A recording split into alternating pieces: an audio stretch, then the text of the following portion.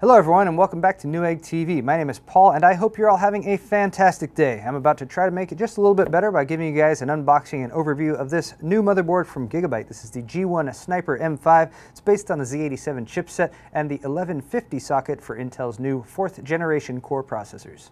Let's start off with a look at the retail box. This is part of the ultra durable series from Gigabyte. It's also part of the G1 Killer series of gaming motherboards, so you get a bit from both worlds. The M5 is the series number, but it's also a micro ATX motherboard, so a bit smaller than your typical ATX motherboard.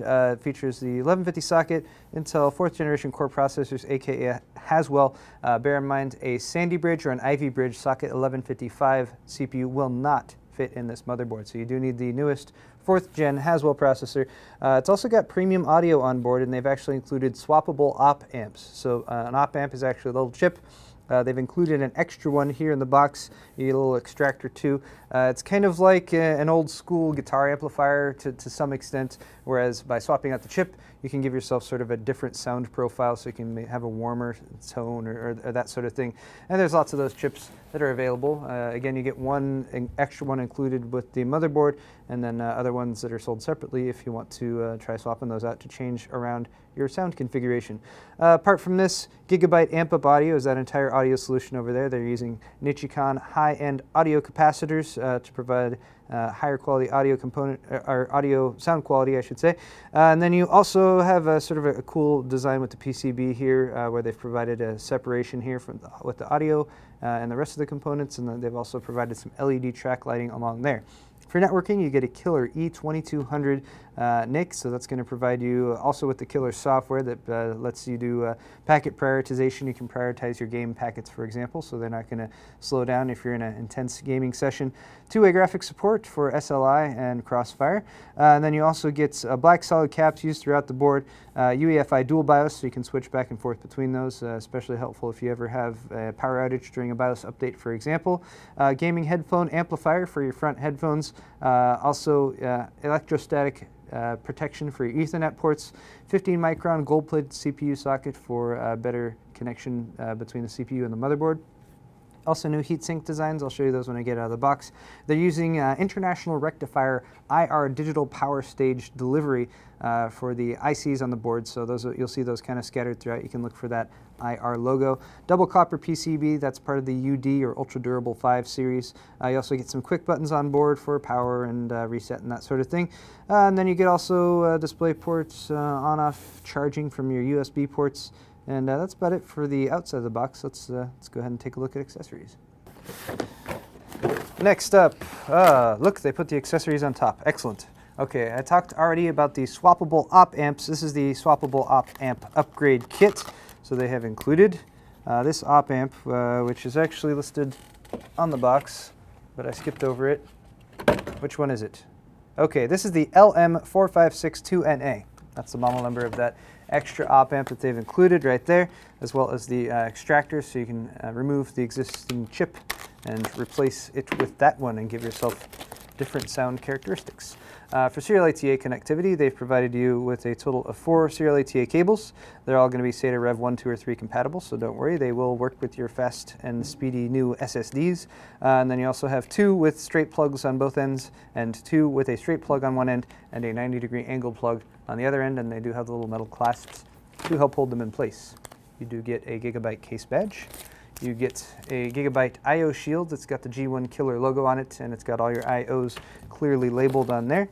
They have provided you with some documentation. So this is G1.Sniper M5 main user's manual. This has really useful information in it, especially if you're first-time builder or if you're just getting started. You get a block diagram where everything's connected there. You also get a full listing of all the components integrated onto the board. You should always keep that on hand while you're doing your build. Also a multilingual installation guidebook if English is not your first language. That's in black and white.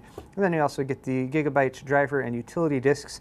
Chances are you can download updated versions of these drivers and utilities directly from the Gigabyte website, which I usually recommend, rather than loading off the disk.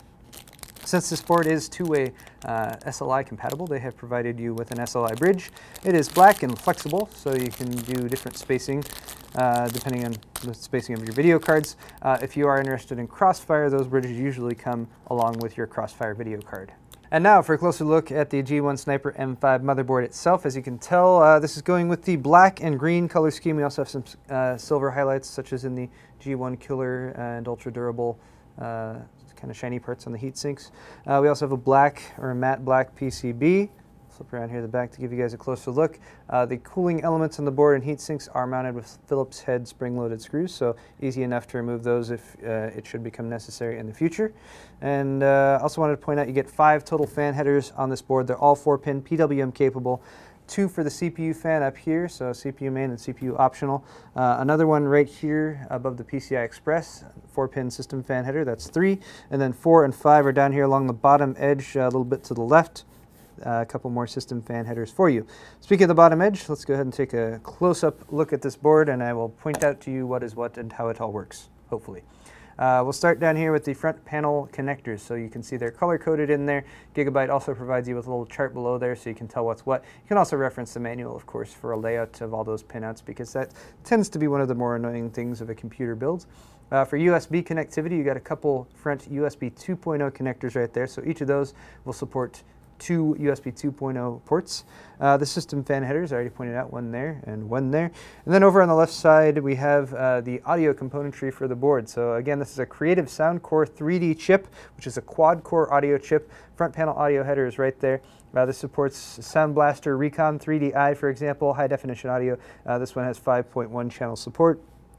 Here's also some of the Nichicon caps that they've used for audio delivery. And then there is that removable op-amp chip that you can swap out in the future if you want to change the tone of your audio.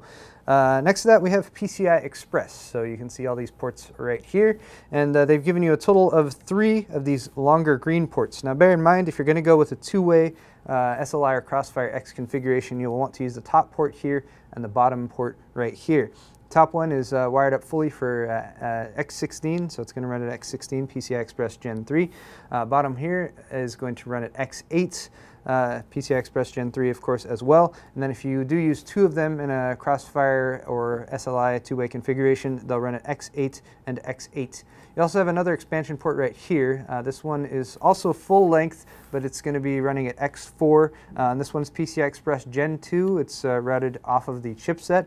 Then you got another PCI Express X1 slot right there, also Gen 2, and that one is also running off of the chipset. So that is where your video cards go. Also wanted to point out your 2 BIOS chips. You can see them right here, B BIOS and M BIOS, that's main and backup.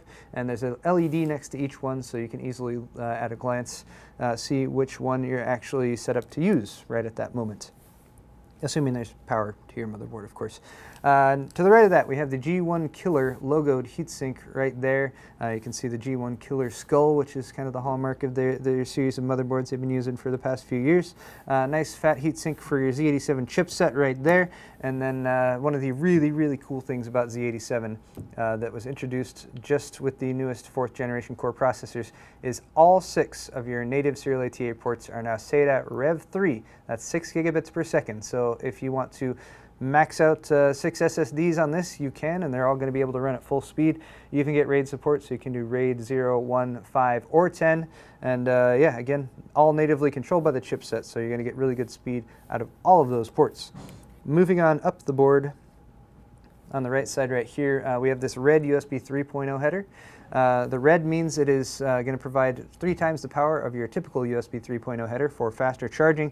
It also has on-off charge support, so even if your computer is turned off, as long as you have power cable going to the power supply and the power supply turned on, you'll still be able to charge. So that's a great option for front panel, especially if you like to charge you know, tablets or phones or that sort of thing from your front USB. To the right of that, you got your main 24-pin motherboard power connector.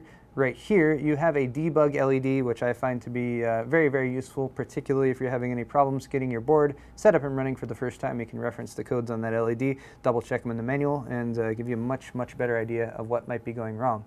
Over here on the right side, you get some voltage read points. So this being a gaming motherboard, you might be interested in some overclocking on it. You can use a multimeter, or if you are really serious, you can do some soldering there to connect those up and get some detailed voltage readings. You have 2 switches right here, the little black ones. The one on the right let's see, actually the one on the left is going to be your BIOS switch. So that will manually switch you between BIOS A and BIOS B. The one on the right is going to switch you between single BIOS mode and dual BIOS mode. You also have some surface mounted buttons right here. So you got a power button, for example, right there. That will actually light up when there's power going to the board. So it's a nice way to make sure that you have everything hooked up properly. You also have a clear CMOS, a little black button right there. And you also have the blue button, which is a reset button, surface mounted as well. So if you're doing an outside the box build, or if you're setting this up on a test bed, for example, really handy to have those surface mounted buttons. DDR3 area is next. That's right here. That's where your memory goes. You're going to want DDR3 DIMMs. It can support up to 32 gigs total, so that's up to 8 gig DIMM capacity. Intel officially supports DDR3 speeds up to 1600 on this platform. You can even go overclock speeds beyond that. Your mileage may vary, of course, as is usually the case with overclocking, but you will want to buy at least 2 sticks, which I mean, it's hard to buy a single stick of memory these days, but use them in the paired slots, reference the manual to make sure you're taking advantage of the dual channel capability. You also have the CPU fan and optional fan right there at the top that I already mentioned, and then you have your CPU socket right there. Once again, as much as this might look like a 1155 socket, it is not. It is an 1150 socket. It's for Intel's 4th generation core processors and not for Intel's 2nd or 3rd generation core processors. Once again, Haswell processors only, not for Sandy Bridge or Ivy Bridge. Okay. Next to that, around here, you can see the heat sinks for our power delivery. That's, of course, going to be providing power to the CPU, particularly if you're going to be overclocking. It's really nice to have plenty of cooling on your CPU's power delivery. You can see some of the chokes down here as well as the caps. Heat sinks themselves generally will sit down on the MOSFETs because those are the parts of the power delivery that will get hottest. In the top left up here, you can see your supplemental 8-pin CPU power connector. And then we will finish with some I/O here at the back. So for I/O, you have a combo PS2 port right there that can plug in a mouse or a keyboard. So if you've got an expensive older mechanical keyboard with a PS2, don't worry, you're still set up right here. A couple of USB 2.0 ports right there. Here you also have a DVI, a couple HDMI 1.4a outs, as well as a DisplayPort out. All these video outputs right here are for the iGPU in your processor, which will be over there. So again, you can use these if you're not using a discrete graphics card. You can use these with the discrete graphics card. You can use the Lucid Virtue software in order to virtualize your GPU and kind of switch back and forth between them. That will allow you to take advantage of stuff like Intel's QuickSync technology, for example. Another cool thing with the Z87 chipset and the newest series of iGPUs is you can actually support 3 displays from here. So if you're not planning on using a discrete graphics card, you can still get triple monitor support, which is pretty nice to have. As far as resolutions go, the DVI is a single link right here that can do up to 1920 by 1200. The 2 HDMIs are 1.4a. They can do up to 4096 by 2160 resolution. And then you also have the DisplayPort right there. The DisplayPort can do max of 3840 by 2160. Also, you got 4 more USB 3.0 ports right there. I wanted to say all the USB 3.0 ports, these 4 as well as the 2 available from that red header on the board, are all natively also controlled by the Z87 chipset. So that's another upgrade from Z87. More native USB 3.0 support. Here is your Atheros Qualcomm Atheros Killer E2201 chip, so that's your killer NIC, and again that's also going to be compatible with the killer software for packet prioritization, which is pretty helpful if you do gaming and downloading at the same time, or if you have lots of people on your network. Finally, here you have your gold-plated analog audio connection points for your microphone, as well as your 5.1 channel audio, as well as an optical Toslink out. And that is going to wrap it up for this video, guys. Once again, we've been taking a closer look at the G1.Sniper M5 motherboard from Gigabyte, featuring the new Z87 chipset and the 1150 socket for Intel's 4th generation core processors, aka Haswell. If you enjoyed this video, you should maybe hit the like button. It's located right down there to let us know that you enjoyed it, and also subscribe for future tech videos just like this one. Thanks a lot for watching, and we'll see you next time.